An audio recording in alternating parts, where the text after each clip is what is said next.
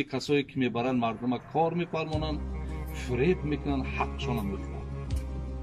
برادرای عزیز و گرامی، در همه جای یا در کجای باشین نباشین از خدا بترسین. ای خدا بترسین. به خدا قسم فکر نکنین که شما این مردم فریب کردین، حقشون خوردین. نه، شما این را فریب کردن نمیتونید. همین یک آهی دلی میکنه کو میگه خدای مهربان زهری تنه چوکو، یا میگه خدا نصیبت نکنه. سخن ای آدم مظلوم ای روی حدیث 7 آسمان هم میگه سوراخ میکنه میگذره، یگان پرده نیست. الله میگه راستا میگه سخن ای آدم میآید، دعای راستا میآید. وقتی دعای که رفت ای نزد خدای مهربان برای پشتیبانی این البته چاره دیده می شود. لیکن تو عذاب یا درد خدا را با قش نداری، نداری. در دنیا هم همین از وقتش توجی که ما برادرای یک گپ داشتن میگفتن که درخت از آب و انسان ای دعا. اگه وقتی از دعا سبزم که شوی با ای دعا از دعا با برادرت بدبخت هم میشه. این مردمی که در اینجا میآیند یا ایروی مستی نمیان کوخی اینجا آمدن برادرها یا ضرورت پیدا شدگی های. اینا خیلی مشکلات بالاشون آمد. بسیاری همینا را من زمانی در مسجد بودم برنامه خود بیاد دارم، صدها آدم در بیلت خریدگی هم خودم خریدم بودم برم. قرض نه ما بگی برم. قرض خطی میخیستن می آمدن مقصد در همین جا کار کنن با قرض. بسیارش با ای بانک ها قرض میگرفتن.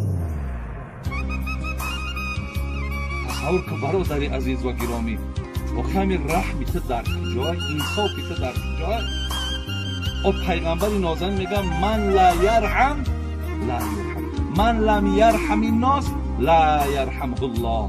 پیغمبر میگه کسی اگر با مردم رحم نکنه الله با او رحم نمیکنه. الله با او رحم نمیکنه. الله رحم نکرد ای برادر تیکه تیکه میشه با خدا قسم، پاره میشه. و تو چند کزوری نمیاد اندک اگر میکروب میگیرد در این مایده سرت بپرد یک عمر حرف کردن کچودا دیوانه میگردی. هیچی نیستی. الله ظلم بسیار بد میبینه. بسیار الله مهربان ظلم بد میبینه. این ظلمه. فریب نکنید برادر عزیز.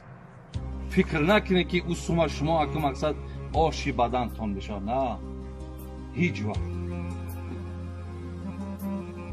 زین لحاظ در نسبت حق یکدیگر بسیار احتیاط کنید. برادر از احتیاط کنید. میلش تو پسوید نکی حق تا بگیر. حق تا همو است که برادر عزیز این اینجا در من 100,000 مقصد من مصلحت کردگیم 100,000 مصلحت چی دای دادر جان. این همی 80,000ش حق شما، این همی 20,000ش برای که من کارتون یافتم این من میگیرم. گپ حق چه بگم مردکو بگن اکا صد جانی خدا ما همی کار با گردن میگیریم دیگه هم 20,000 از خودت باشی بدن. یکی 80 بعد 100,000 را بگیری بیای و با در اینجا 4 زانو بزنی و رو تا سفید سیاه کنی و ما همه اخوازی برادرم یک 70,000 60,000 بگوید قسمی زیاد چه نشانتی و همه حرام هست و حرام هم برادر هست. رای درستش هست. آخی خدا عرق تا حرام گفته این روی ساکای نازنیش حلال کنه.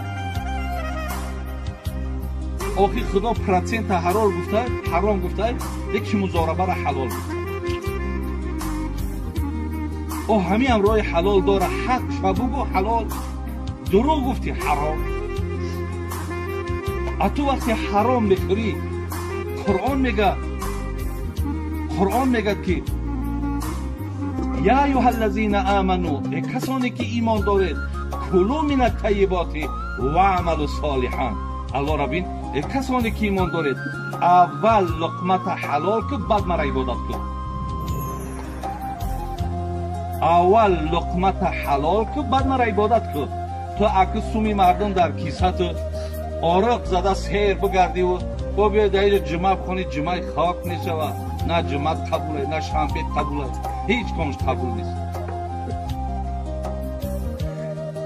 برای همین برادرای عزیز این لقمه حلال بسیار نقش مهم داره، بسیار نقش مهم داره.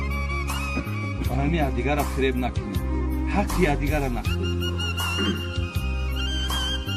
فکر میکنم حدیث را نمیارم، به خدا قسم چندین حدیث ها در ذهنم دارم، لیکن یک نکته بس است اگر شعور است ورنه چو چراغ کشی کور است. برای آدم با فهم یک اشارت بس است.